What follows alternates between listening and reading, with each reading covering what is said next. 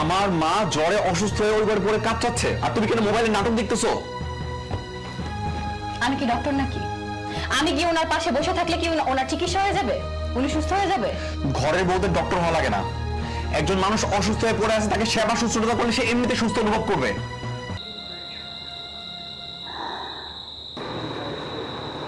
কি ব্যাপার মা, তুমি খাও নাই কেন? মা, তোমার দিকে অনেক জ্বর, আর এই কম্বল তোমার গায়ে কেন? মোহনা, এই মোহনা, আব্দুল চাচা, এই আব্দুল চাচা। কি বলছেন? কি ব্যাপার আব্দুল চাচা? মায়ের গা জ্বরে পুড়তেছে, একটা ফোন দিয়ে আমাকে জানাইতে তো পারতা। সারাটা দিন দুইটা মানুষ বাসায় কি করো? আমি সারাদিন কি করি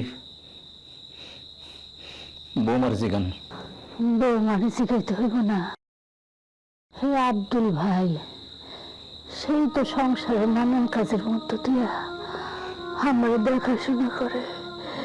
এই যে কম্বলটা, তামিজের কম্বল আমার আইনা দিছে, ভাত এনে দিছে, সেই তো সব করে। কষ্ট পেও না চাচা, মাকে এরকম ভাবে দেখে সহ্য করতে পারিনি, তাই অনেক কিছু বলে ফেললাম।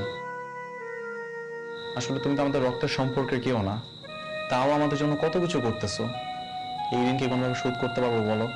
বাজান, কারো লেগে কিছু করতে গেলে রক্তের সম্পর্ক লাগে না, আত্মীয়তা লাগে না, খালি মন থাকলেই হয়।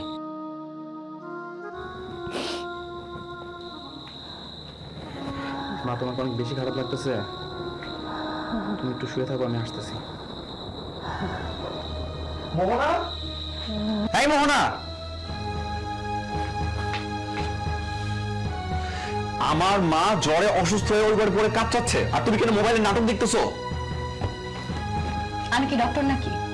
আমি কি ওনার পাশে বসে থাকলে কি ওনার চিকিৎসা হয়ে যাবে? উনি সুস্থ হয়ে যাবে? ঘরের বউদের ডক্টর হওয়া লাগে না। একজন মানুষ অসুস্থ হয়ে পড়ে আছে, তাকে সেবা শুশ্রূষা করলে সে এমনিতে সুস্থ অনুভব করবে। আর তাছাড়া তুমি আমার মায়ের গায়ে কম্বল দাও নাই কেন? শোনো, এই গরমে কম্বল বের করলে কম্বল ময়লা হয়ে যাবে, তারপর লন্ড্রিতে ওয়াশ করতে দিলে অনেকগুলো টাকা চলে যাবে। ওই খরচ কি তোমার হবে নাকি আমার হবে? আমার স্বামীর হবে। আমার স্বামীর টাকা মানে আমার টাকা। আমি চাই না আমার স্বামীর টাকা কোনো আজে বাজে কাজে খরচ হোক।